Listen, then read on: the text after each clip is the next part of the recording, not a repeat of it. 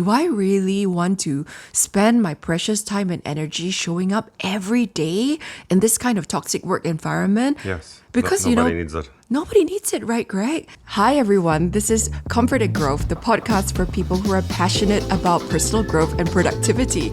And today I have with me a very special guest, my one and only husband and clinical psychologist, Dr. Greg. Hello, everybody, and thanks for having me on your podcast. Okay, so today we are going to talk about what to do with gossipy and passive-aggressive people. Greg, are you ready? I think so.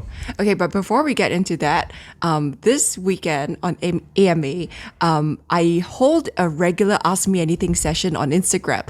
And when I announced that I was launching this podcast, I had a few people who were requesting for 2-hour-long podcast episodes, Greg, because they said that they were commuting from KL and they said that they needed at least 1.5 hours to 2 hours. I mean, that's marathon podcast. we can also play episodes twice.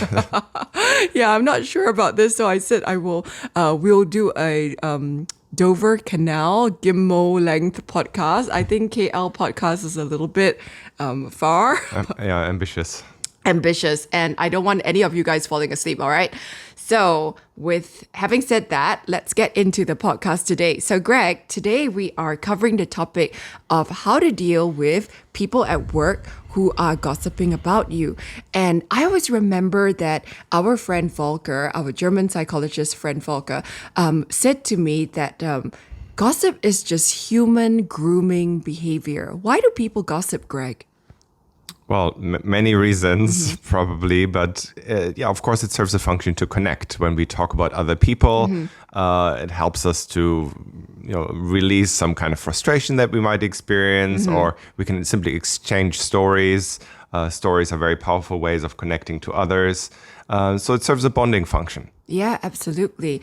But yet at the same time, I think when you feel left out, when you're not part of that sort of inner circle, it can really get people down. And I remember there's a lady who wrote to me recently, and she said she somehow found out there was an office WhatsApp group that had been set up without her, and it was literally named like Office minus this person's name. Oh dear, that sounds really terrible. And at some extent also can become bullying or abusive behavior. I think for me, the test is, does it really impact the other person professionally? I mean, to me, that's a litmus test. Like if that gossip is creating an actual impact on the person's professional reputation amongst their clients, for example. And does it change the behavior of the people who are gossiping towards that person? Okay.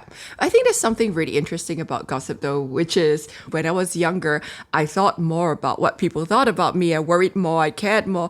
But now I'm in my 40s, I literally DGAF. I don't give an F. I am, like they say, my bag of Fs is empty. I have no more left to give.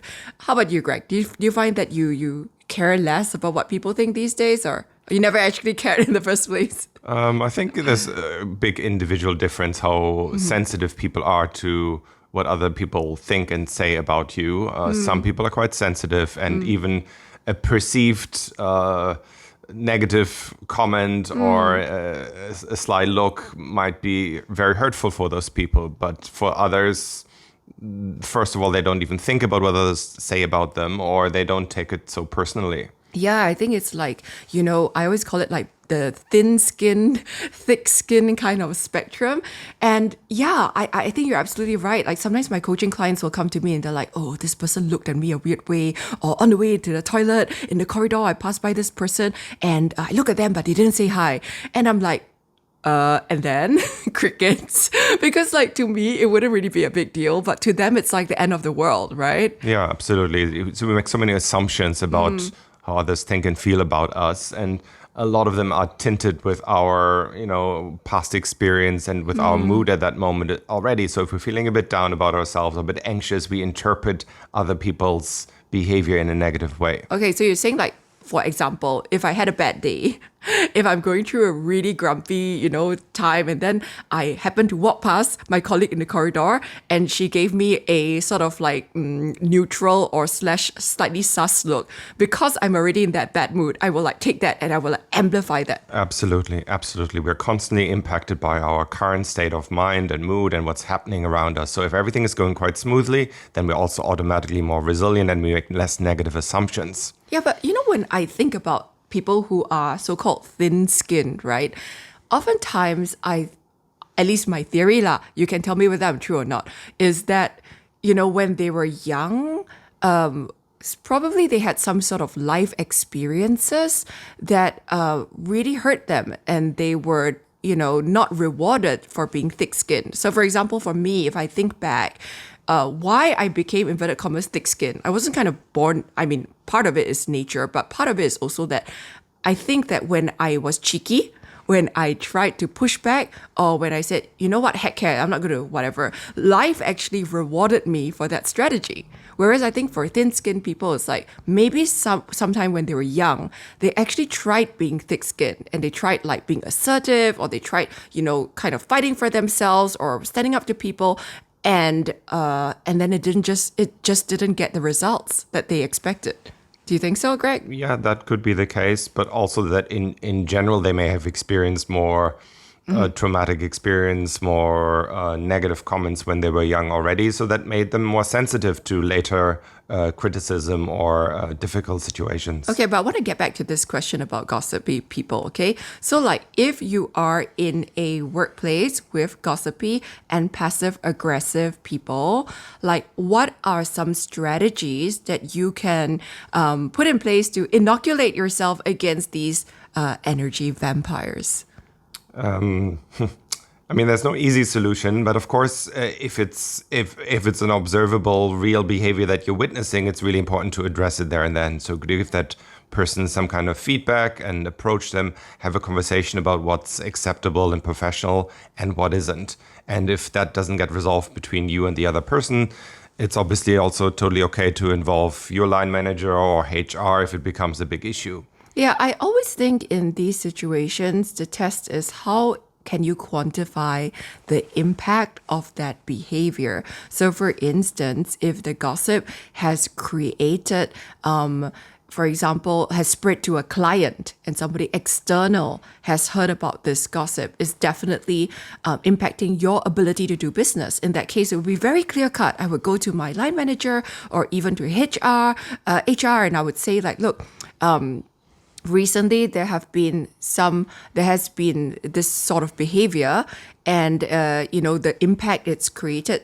And I would be very specific. What kind of behavior? I would collect the timeline. So when did this occur? What format did it occur with? How many incidents were this? So I think the first step actually is to collect the timeline of these instances, and we've got like a couple or two or three of these instances, then it already forms like some kind of like history, right? Mm-hmm. And then when you go to HR or your line manager, it's like a more clear cut that look, there've been multiple instances of this sort of behavior, and the impact it's creating is that it's spread to our clients, and that affects not only my reputation but the company's reputation, and this is very unprofessional behavior. It goes against our company values, etc. Right? Yeah, absolutely. Yeah, but then there's kind of like gray area behavior where it's just kind of like people not inviting you out for social functions, or people who are not being warm and friendly towards you. And in those instances, I think, well, my time and my energy is better spent focused on my work and on the people and situations that resonate with me and really support me, people who are for me. Yeah, I agree. If it comes to that point, nothing wrong with not engaging outside the regular professional conduct with those people. But you may also want to consider, have you tried and actually improved the relationship with the people? Give me some examples. Have you ever had a cup of tea or coffee with that person? Have you ever tried to get to know them? Because sometimes people behave differently towards us if they know us compared to when they don't know us. I think you're spot on, Greg. And it builds up trust and connection. And we talk about in-grouping in all our training when we establish commonality. If we know about the person's life history, it becomes much more difficult to treat them in a not so kind way. Recently, I advised this lady who was experiencing some sort of very negative behavior from her colleagues. I asked her to one-on-one reach out to certain people from that clique and one-on-one just go out for lunch with them or coffee with them if lunch was too much, or and treat it as a social experiment. And I said, look, I wouldn't say like, get your hopes up and expect a miracle. You're going to be best friends forever. Yeah, don't expect to be best friends at work. Sometimes you're not going to find your best friends at work, you know what I mean? But like, see what happens. And she reported back a few weeks later and she was like, I did what you said. And with one person, it didn't go anywhere. But with the other person, after we had that coffee, I actually found out that there were a lot of assumptions and she was a lot nicer than I thought. Yeah. And after that, the relationship really improved. So sometimes it's a little bit like, just reaching out to the other person or a few key people and finding something to talk about that humanizes you. Because oftentimes in work, it's so transactional, right? Yes. And it's like people just think, like, oh, this person is in compliance, this person is in HR or whatever. And they don't see you as a human being. But the more you start sharing, like, this is who I am, I have kids, I have a dog, and I like jogging, whatever it is, then it becomes a lot easier, the social lubricant starts kicking in, and then people start naturally wanting to be a bit more inclusive towards you. Yeah, absolutely. And also reminding yourself that maybe the reason why they're not treating you so kindly or perhaps gossiping about you might be more to do with their issues than anything about you. So maybe they have their own trust issues or find it difficult to deal with change if you're the new colleague in the office, or they feel threatened by you, or they have their own insecurities, and then they resort back to just clinging on to their go-to friends and talk about you in a way to self-soothe their own issues. Yeah, so important principle is, someone wise once told me, no one that is successful and happy is spending any time gossiping about other people. And therefore, that means that people who are gossiping are by definition not successful or not happy or both. So sometimes when I think about the people who are gossiping about me, I'm like, okay, but they're not successful or not happy people, and that's what's fueling this gossip. And then it allows me to kind of move more towards compassion, or at least not give a toss about what they think as much, right? Yeah. And I remember the immortal words of a rap singer. Do people say rap singer? Is it rap star? Rap artist. Rap artist. Rapper lah. Rapper. Okay, so the immortal Of Snoop Dogg. the immortal words of, I think it was Kanye West, who it can be problematic, but we won't. We're cancelled already lah. No, but honestly, out of all the things Kanye said, right, I really resonate with this one. Okay, I don't resonate with a lot of things he said. Okay, getting back to the point. Kanye West, An artist once said, I don't give a F about what people think because people don't think.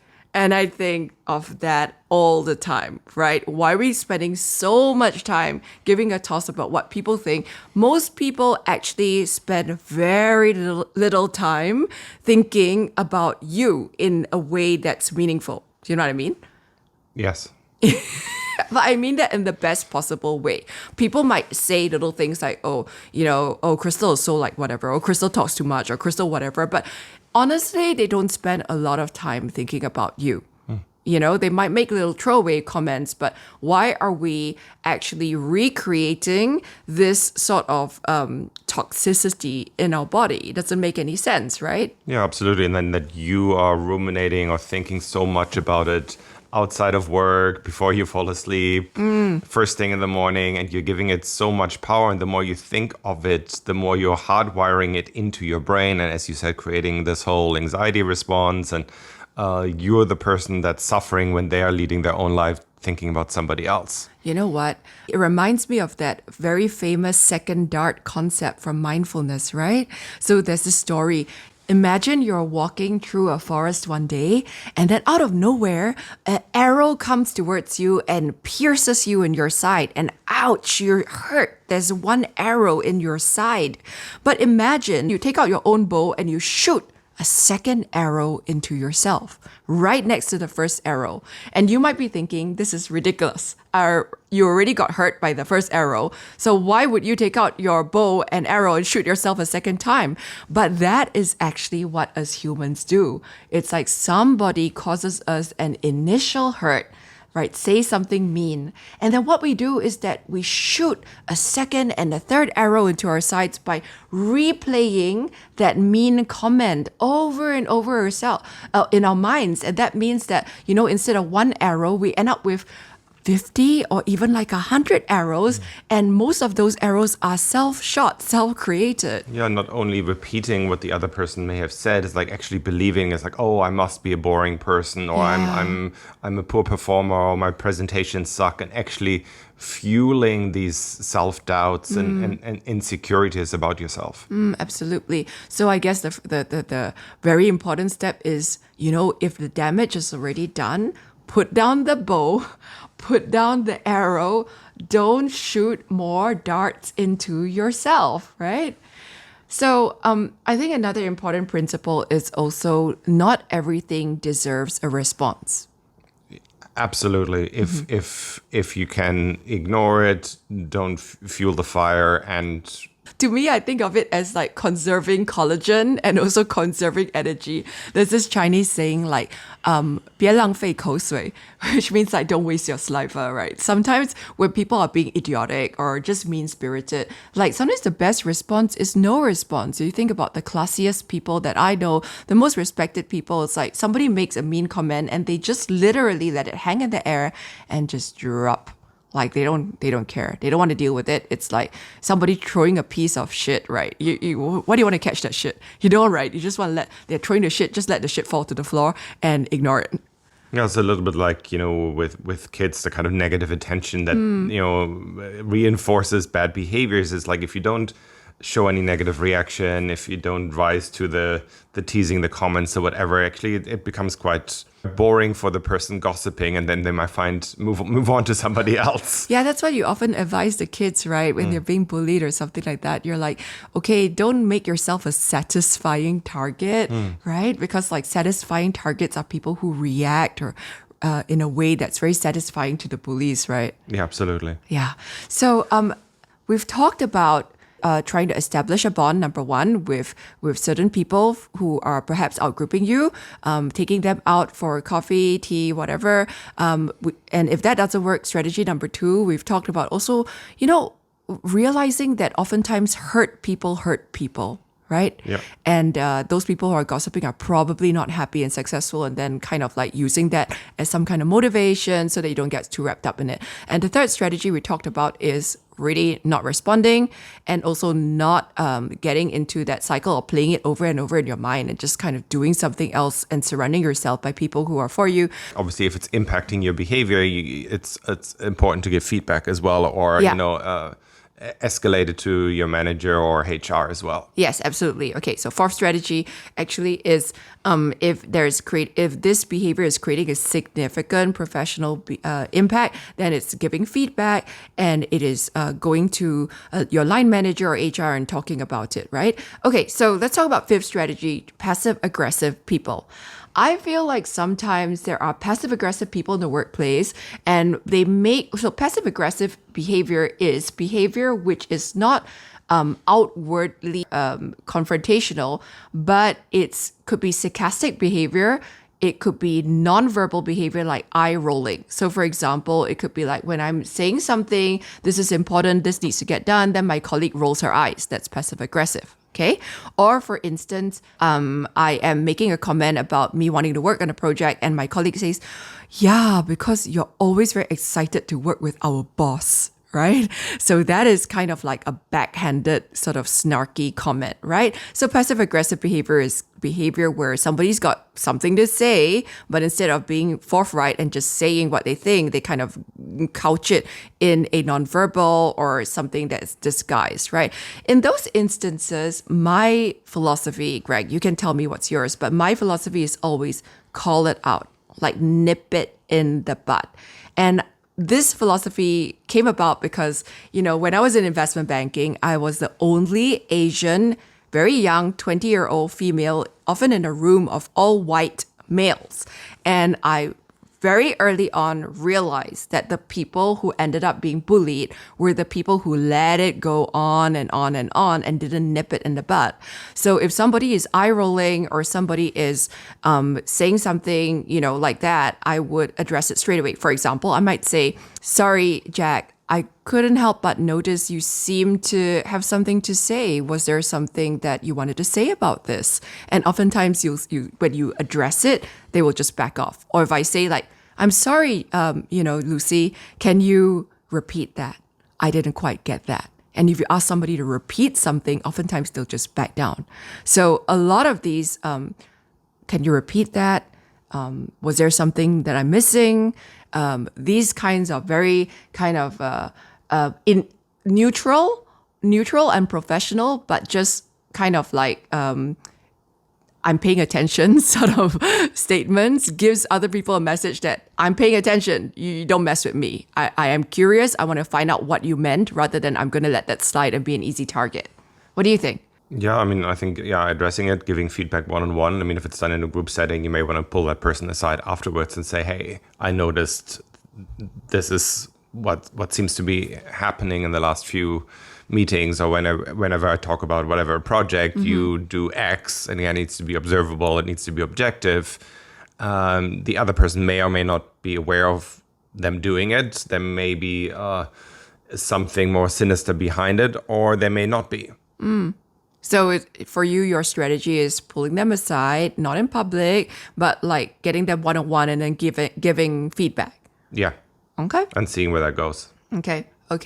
But if they are really, really toxic people, if their behavior crosses the lines into bullying, for example, if they are name calling, "Oh, you're so stupid," or "you're lazy," or for example, if they are swearing or using four-letter words, expletives, this is obviously completely crossing the line into unprofessional and harassment sort of behavior. And that's where I would definitely say go to HR, collect the evidence, collect the timeline, and then make sure that you get support. And if your HR doesn't do anything, if your line manager doesn't seem supportive after you give a couple of rounds of feedback, you might want to ask yourself, do I really want to spend my precious time and energy showing up every day in this kind of toxic work environment? Yes. Because, nobody needs it. Nobody needs it, right, Greg? Like, you and I, we work with so many companies. I mean, this year alone, we've worked with hundreds of companies already, talking to them, training their people, etc. And there really is such a big variance in the companies that we work with, right? Some of them are truly, truly caring. They have best practices. They have HR that really cares for them. They have a supportive and inclusive culture. And other companies that come to us, these tend to be the ones that we don't take on as clients. They're just like, everyone's burnt out. How can we get the most out of them with the least possible, and just get them to do their work, sort of thing. And well, they don't even have an HR department. Yeah, exactly. So what I'm trying to say is that oftentimes through randomness, you might apply for a job, and maybe it's the first time you're working for a company, and you just literally have no benchmarking. You have no frame of reference. Like, is this normal? Is this not normal? Let me tell you, it is not normal to go to work in a bullying environment. And if you are in that environment where every day on the way to work, when you wake up in the morning, you just feel your heart sink. Like, I remember when I went to work once in a toxic environment, on the way to work, I would literally have this feeling of dread.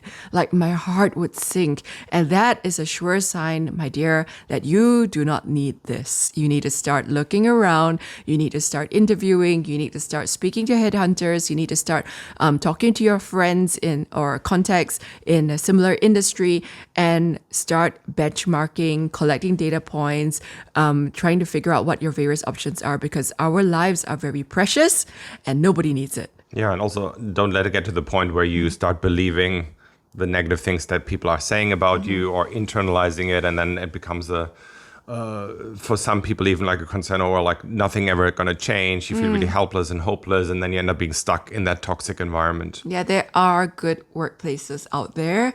And if you want the down low on good workplaces, maybe we can do another episode on that sometime. But I really want to encourage you to not just think that this is it. Everyone's like that. Yeah, life is just like that. That kind of victim mindset or that kind of learned helplessness mentality. This is what it is. Life will never change, because it's not true. There are many, many workplaces out there which are supportive, and many bosses out there who are really good bosses. I know, because we've trained thousands of leaders, and we can see some really, really great ones, some okay ones, and some really horrible ones as well. So there's a whole range there. Don't think that your reality is never going to change. You can do it. So on that note, this has been our podcast about how to deal with gossip, passive-aggressive people. Biggest takeaways from me, Greg, I think biggest takeaways is remember that you are in charge of your own mindset, right? Don't let other people's initial darts or arrows actually wound you to extent that you are wounding yourself over and over 100 times for every one arrow that you receive. And remember that one or many of the reasons why other people are treating you negatively or getting lost in gossiping or criticizing others is their own insecurities, their own childhood issues that have absolutely nothing to do with you. Yes. So thanks so much for joining us. This has been a super fun episode, and we'll see you next time at Comfort and Growth, the podcast for people who are passionate about personal growth and productivity. See ya. Bye. Bye.